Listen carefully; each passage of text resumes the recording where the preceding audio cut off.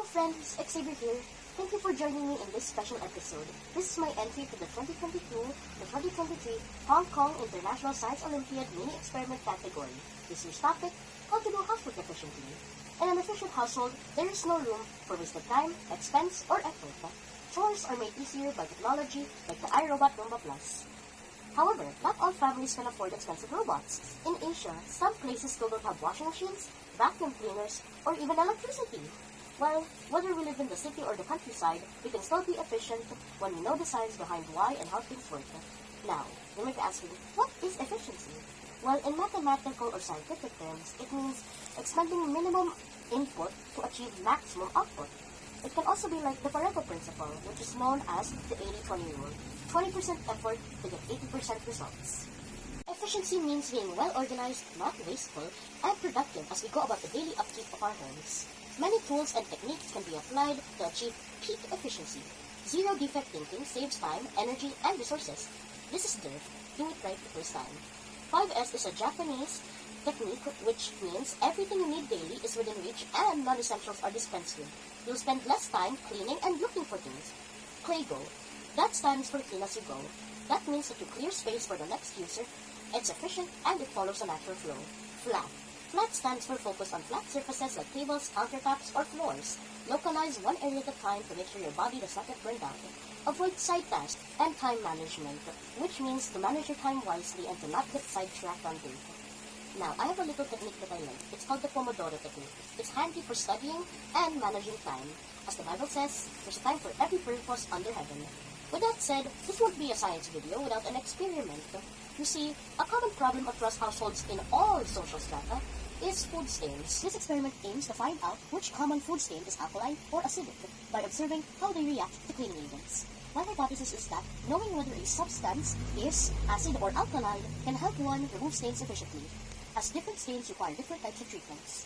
The design of our experiment is that the controls and constants in this are the cocoa cloth squares, and the calamansi, the manipulated variables are the different stains. The dependent variables are the stains applied to each cocoa cloth square.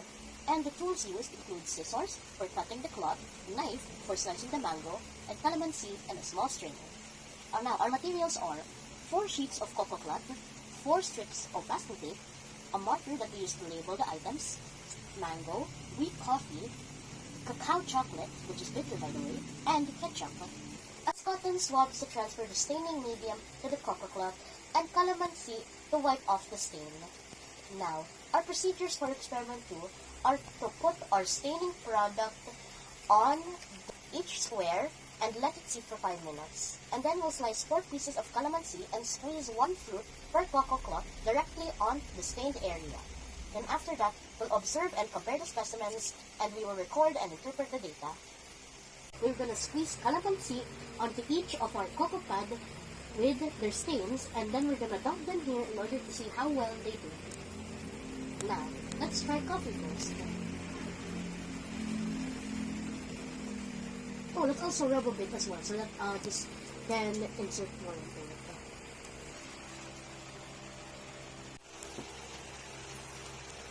Okay, after that, I'll let the chocolate in your hands, but let's make sure to go with honey. Too much honey. And there. And now, let's move on to ketchup. After doing that, you rub a bit, starting from coffee. First up, wash a little bit.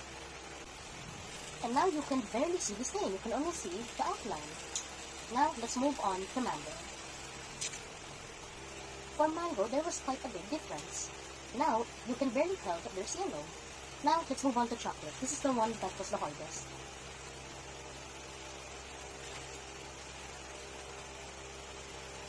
Wow, we did quite a number on the stain of the chocolate. And now, let's look at chocolate. And you can barely tell that the stains were there. All you can see for the coffee is the outline. For the mango, seems like yellow. For the chocolate, some stains that we couldn't remove because they were too deep. And ketchup, which dried in. Therefore, I conclude that the alkalinity or acidity of what you are using as a scrubber or to help remove the stain can matter to help lower the time that it takes and the amount of effort that you put in. Now, Acidic substances like vinegar, lemon juice, and tomato juice can be effective in removing alkaline stains like limescale and soap scum. On the other hand, alkaline substances like baking soda and ammonia can be effective in removing acidic stains like coffee, ink, mango, and certain types of chocolate. Hence, when trying to remove a stain, it's important to know the type of stain and the pH level of the staining substance. This will help you that you choose the appropriate cleaning solution. This will also prevent further damage to the surface being cleaned, since now you know the science behind it. You will save time, resources, and energy. Now that's efficient. Now you might be asking, why calamansi and not lemon? Well, calamansi has a pH of 2.4, that's slightly higher than lemon. Its citric acid content is 5.52%. Also, gas chromatography mass spectrometry quantitative analysis results showed that calamansi has 92.67% limonene, which makes it a good disinfectant and cleaning agent. Household chores take our time, energy, and resources. We do it because it is necessary and because we love our family. It can be boring and thankless because, let's accept it, if doing household chores isn't our livelihood, then it is unpaid reproductive labor, a sacrifice of our time and energy. Therefore, we must find ways to do chores more efficiently. When we know the science behind how and why things work the way they do, we can work smart and have more time for things that matter more. I hope you had fun learning with me today. My references are in the video description. If you liked what our topic was, please like, share, and subscribe. It's literally free. This is Xavier from the Philippines. Thank you and goodbye.